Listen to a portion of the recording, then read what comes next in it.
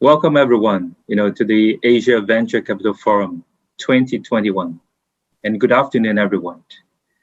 I'm Eric Chen, the Chief Public Mission Officer from Hong Kong Cyberport, and today I'm very, delighted and excited, to, help moderate this unicorn panel. I'm sure that will bring a lot of insights to the audience.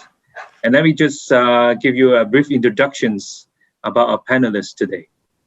So first of all, we have Mr. Robby Yung, the CEO of Animoca Brands. Animoca Brands is actually a long-term, community and companies at Cyberport.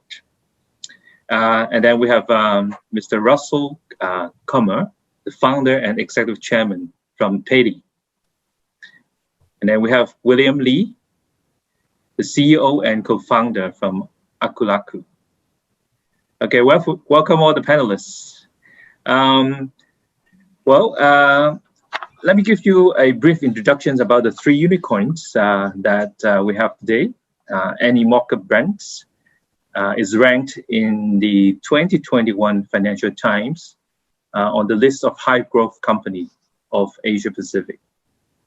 And they are a leader in digital entertainment, blockchain, gamifications, and artificial intelligence.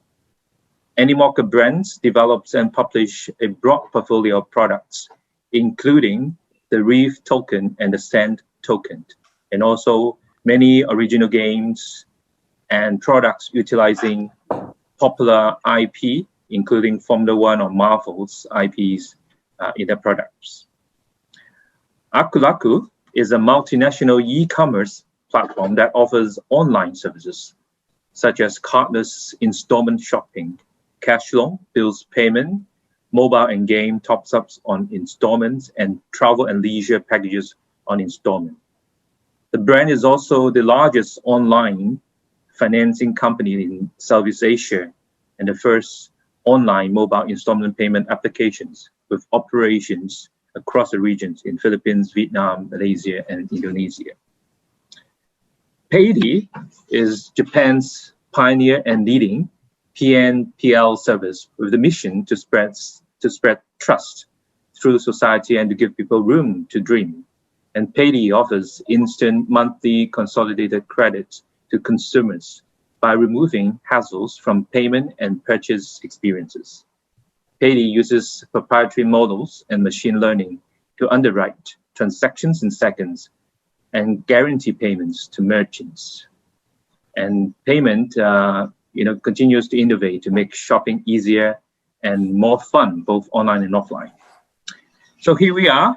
We have three startups that have made it, and become unicorns. And I'm so excited to learn a lot from them. So may I start, by saying that, I'm sure that all of you, it's not easy, to take the company, to where you are, a unicorn. And your team must have gone through a lot of challenges, overcome many, obstacles along the way. And many startups would like to, know what are the key success factors or qualities that a startup must have so that it become attractive to investors. So may I, kickstart this? Maybe I'll invite Robby to get started. Sure. Thank you, Eric. I think in terms of qualities, I would say luck is definitely important, but I would say persistence and adaptability most of all, because I think, one of the things that I know I probably share with many of the other panelists is, as we say, we're an overnight success that was 10 years in the making. So you've got to stick with it, and I think you've got to be very tenacious about addressing the market, but being willing to change and adapt as the market evolves. So, for example, with ourselves, we were, very much focused on the world of mobile free-to-play gaming, but we recognized an opportunity when blockchain was developing to a point where we could use blockchain technology in our games. And so we pivoted the focus of our business development towards this new area, which was kind of a subsegment of what we were already doing. And I think at that point, it took a lot of courage on the part of our board, I think, to approve this idea of kind of moving the ship to an area that was uncharted, but only related to what we were doing, not core to what we were doing. And fortunately, it turned out to be the right decision. So I think you have to be flexible and willing to change as time changes, the market changes, especially when you're in technology, because it's always changing. And thank you, Robby. And I just want to tell you that the whole Cyberport community was so excited to learn about you guys, becoming the fifth unicorn from the Cyberport community, and for those overseas guests, there's around 9 to 10 unicorn in Hong Kong, depends how you count it, and 5 of them are now Cyberport community members. Thank you and congratulations. Thank you. So may we turn to William from Akulaku. So I think, firstly, I don't think, our current situation can be something like a success, because I think there's a lot of a challenge still in this kind of industry. So basically, maybe we can have some brief background of our company. So we are basically our main business is offering financial plan for installment, also lending product to the users in Indonesia, Philippines, and also Vietnam. And then in all these countries, the specific feature of the market is the market is quite huge, but 80% or 90% of the young fellows graduate from the university, they don't have the credit record. And then their bank statement is almost zero. So, and then even they have some difficulty in opening bank account. So under such circumstances, what we're trying to do is firstly, offer them possible solutions on loan products, financing product, and second, trying to convince them that you can open a bank account here by using an online method. So, and then there's a lot of competitions. So firstly, around us, there are some big giants in the Southeast Asia. Everybody is very ambitious on their financial arms. Basically, we're doing the same thing. We offer, debit cards, business, bank transfer, payment, financing, everything. And the second, especially because we have risk exposure, and in Southeast Asia, there's very high delinquent ratio of credit risk if you don't control it properly. So I think we're still, moving forward because the market is too big. So we have to, acquire the user very, very fast. And then on the other hand, we have to control the risk. So far everything is okay, but I don't think it's successful. And I agree with Robby. So basically, you need to be have a very strong mindset to keep going on, because there's a lot of challenge over there, especially during the new normal. And then secondly, I think is maybe more investment, or very determined investment in the technology, because I think that's the only way that can penetrate in this market. So basically, I'm not successful yet, but I think these two qualities are very important. Okay, how about Russell from Paidy? Well, great answers, guys. Yeah, look, and first I should say, Eric, thank you very much for having me, and to the HKVCA. It's always nice to participate. You'll like this. Actually, I used to have a desk as a one-man office at. Sorry, Russell, could you speak up a little bit? Yeah. I said, you'll like this. I used to have a desk myself at Cyberport as a little one-man office in Hong Kong, even though we're a Japanese business. So there. Look, I think everyone has hit the nail on the head. You have to be tenacious, right? The secret to winning is not losing, but you also have to make sure that you're trying to win a game that it makes sense to try and win. So, a lot of that kind of goes in early or into your choices. So to Robby's point about the pivot, maybe they were trying to win the wrong game. So, that I think that's very, very important to do. And then to William's point, look, I know, Eric, I mean, no disrespect to you from this, but I think people that don't run startups get obsessed about valuations. People that run startups don't really care. They're just going through the pain and the struggle of building the startup. And so you get more excited about, winning contracts, hiring great talent, new records in terms of usage and revenue and all that other stuff. Now, that doesn't mean investment isn't important. Actually, investment is great. It's a validation. It's a great way to get access to smart people who can help you with all of the struggles that you're going through around scaling and attracting talent and getting those commercial wins that you all want to have. So, look, I agree with the other panelists. You have to be tenacious, but you have to be thoughtfully tenacious about not, doggedly going after the wrong thing actually doesn't get you any closer to the right thing either. So it's this very subtle kind of balance. And look, I think, obsessing about, raising money is important. But as I always say to our team, when you have more resources, basically it's, you can buy better running shoes. It doesn't mean you don't have to run the race. Like capital, be it human capital or financial capital or anything else, is just this kind of input that you can then use to create what you want to create in your business and your vision. But it doesn't obviate the need to just get down to business and doing it. So, and I think sometimes I'm very pleased that William answered as he did. I think sometimes there's a temptation to get overly fixated on these external validations rather than just really sticking close to what you're doing, just growing your business one customer cohort at a time. And that's the real validation, but that doesn't manifest to the outside world in the same way that these, that publicly disclosed evaluations do. So anyway, that's forgive me, I don't know if that's free. I remember the question, which I guess is better than William. Yes, I don't know if thank you. That's great insight. And I think, most startups, started with passion to solve some of the world's, biggest problems. And somehow along the way, they forget about it, right? Anyway, thanks. So, I would like to, ask the second question is really, we've been through an unprecedented, period of time, because of COVID-19. And in fact, we are still fighting it, right? Fighting the pandemic. So under this, what, they call the new normal, I just wonder whether your company has changed any, fundamental corporate strategy in any way. Just would want to listen to you guys, on kind of the response, to this pandemic. So why don't we get started with William this time? Okay.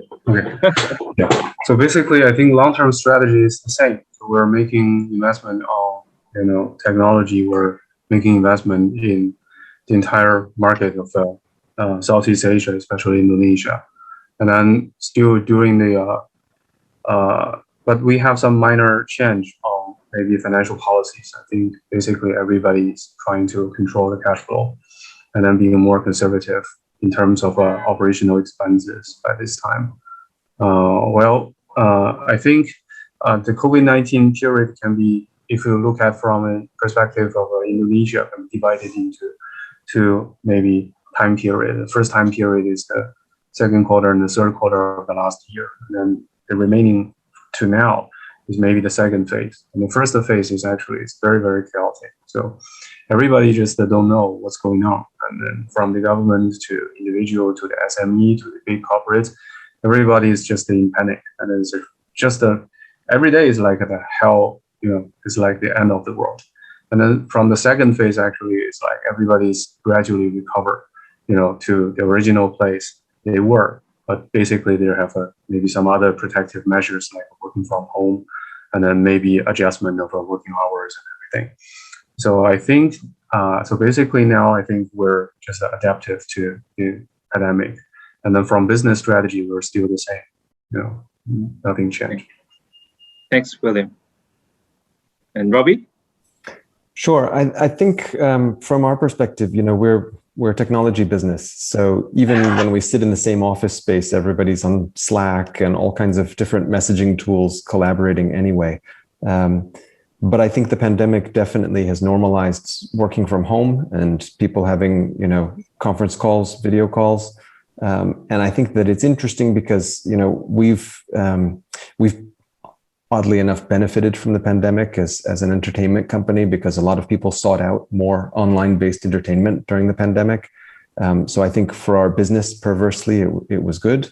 And interestingly, I've been meeting more and more companies now as we've accelerated our M&A activities. I meet more and more companies who have never had an office to begin with, because they're only a year old or 18 months old. And they've always had a distributed workforce. And so it's, I think, interesting that it's becoming less and less important that we're geographically consolidated, but collaboration and figuring out ways in which to keep our communication and our creativity together as a team over video and audio and new kinds of methodologies has been a challenge. Mm. But I've actually noticed that, some, startup sector like the education technology sector, they're actually grooming, because of booming, because of this pandemic, and I noticed that they are actually becoming even more aggressive, into their business expansion. Just wonder, if you guys feel the same. Oh, definitely. I mean, in our business, although that's, I think, more market timing because we're in an inflection point in our industry where I think it's still early, but we've attracted some of the attention of the mainstream market. So there's a lot more competition. So I think that we've accelerated our M&A and investment activities, as have other people, because there's a bit of a land grab for market share right now. Mm. Okay, thanks. Thank you both. And Russell? Well, for the second time, I get the benefit of going last, and I get to say, yep, I agree, So, look, I think work from home is the biggest one. Our business, from a revenue standpoint, I think a little bit like Robby, look, we facilitate online shopping primarily. So obviously e-commerce was great when everybody stayed at home. And, like William, we're in a credit business, but I think maybe where there's a little distinction is from a kind of employment and economic standpoint, actually there was very limited impact on employment in Japan. So sort of aggregate credit quality didn't really change for us. So you sort of ended up with a lot of people who were making more purchases online.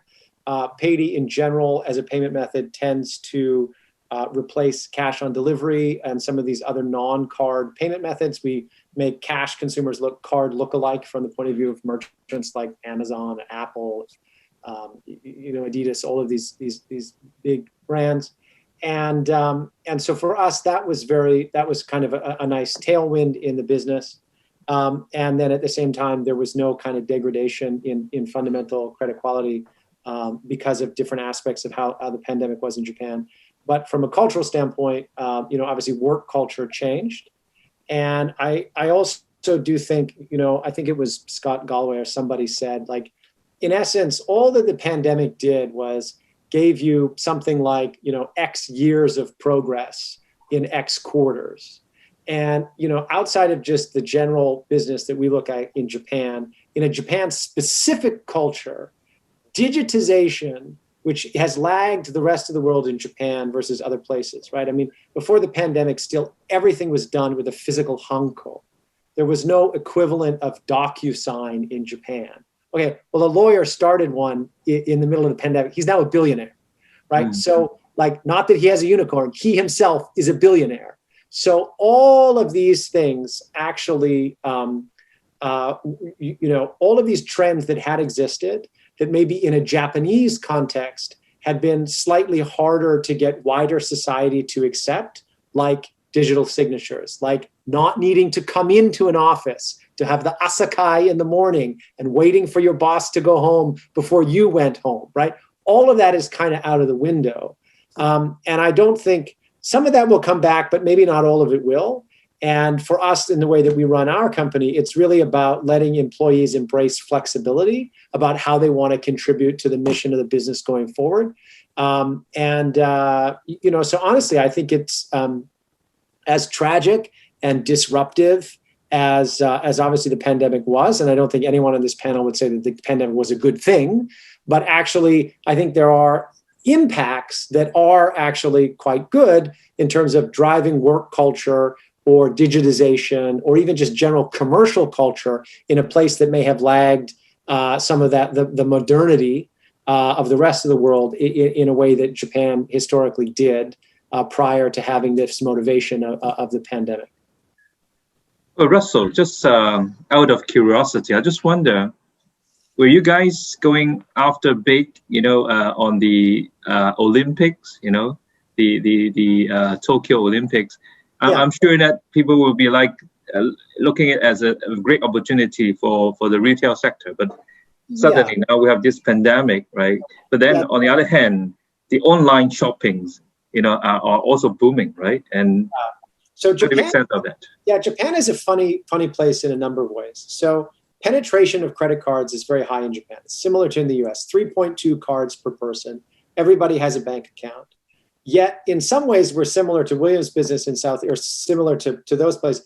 Actually, nearly half of online sales in Japan are not on a credit card. So everybody has a credit card, but nearly half the time they're doing cash on delivery or some cash payment for their online shopping, which doesn't make sense on the surface. But it's all about basically consumer preference to manage and use things in cash, even when they're shopping online. So for us, that was that whole thing really played out well in the pandemic. But online shopping is also a smaller portion of total retail than elsewhere in the world that has as many credit cards. So it's only 7% of all retail in Japan versus 25% in the UK, because it's raining, so everybody shops online instead of going to a store, or 20 plus in the US. And COVID made all of those numbers go vertical. So for us, actually, e-commerce the growth of e-commerce has always been a tailwind for us. That absolutely accelerated through COVID. And that will just continue. People will not go back to the old way once they've sort of experienced this better way of doing things, right? So the Olympics was, I think, less of an impact for us. To your point, I think we're much more focused on domestic consumption in Japan. We bought a business a couple of years ago in Taiwan, which is about cross-border. So Taiwanese people shopping from Japanese websites. For us, the Olympics, I'm very happy that they're going to happen, plus or minus, although there's different safety concerns. But from a business standpoint, I think the people that were excited about it from a retail standpoint, I think it's more about inbound people and obviously the context in which they're going to operate the Olympics now. If they do them, obviously that impact will be mitigated. So it's less relevant to our business because we're just so focused on domestic consumption by Japanese folks. Thanks. Okay. So I think we only have time for one last question, according to my timer. So maybe I'll combine the last two questions into one, in asking you, what useful advice you could offer to the startup community, especially in attracting investment, fundings, amidst this kind of economic downturn, and how could actually startup leverage this kind of added investment and fundings, respective resources, to help them grow? We obviously your advice would be good to help the startup community to get the needed funding, on their scaled up journey. And we hope that from your advice we can have more unicorns from the regions. Why don't we go with Russell first this time? I'll try and answer quickly so that my other panelists have some time. Look, I would say a little bit like my first answer.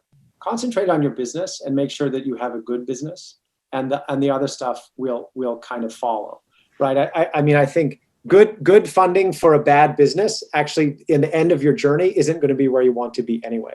So actually making sure you're doing the right thing, you have the determination, you really want to do it. And then when you do have investors, look, William and I share a set of investors, I think, that are very good. I really like Arbor Ventures a lot. If you have existing investors and you're trying to figure out what to do and it's a little bit harder, you can leverage the investors that you do have, but you have to be solving a big problem. You have to be solving a valuable problem, and you have to be good at solving that problem. So in some sense, solving this issue of getting your next customer, getting your next hire, de-risking your business that little bit further, actually is also addressing this, ability to go and fundraise.